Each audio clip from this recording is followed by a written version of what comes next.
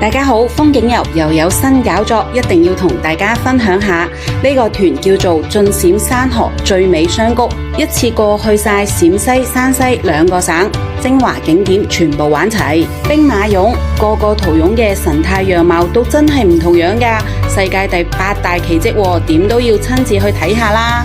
湖口瀑布嘅氣勢有冇震親你呢？真係千里黃河一湖收，氣勢磅礴，水花四濺。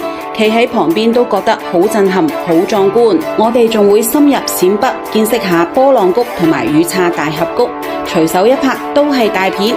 行喺其中，感覺自己好似去咗外星咁啊！呢度嘅岩石紋路好似大自然雕刻出嚟嘅藝術品咁，無論點影都咁靚。尤其係雨岔大峽谷，陽光照落嚟，光影變化萬千，好似一個夢幻嘅迷宮。雲丘山嘅萬年冰洞，見到啲冰柱、冰筍喺燈光下閃閃發光，好似個水晶宮，好夢幻嘅童話世界啊！嚟到西安，行下大唐不夜城，燈飾璀璨，好似穿越返去唐朝咁。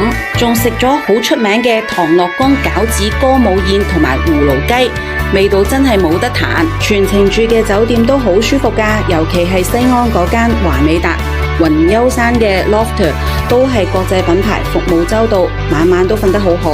成個行程唔使自己煩，好適合我哋呢啲想輕鬆嘆世界嘅朋友仔。而且65歲以上仲有優惠喎，4個人一齊報名，每人再減多100，真係好抵㗎。9月1號就出發啦！如果你都想擁有呢個難忘嘅假期，快啲留言或者私信我哋攞料啦！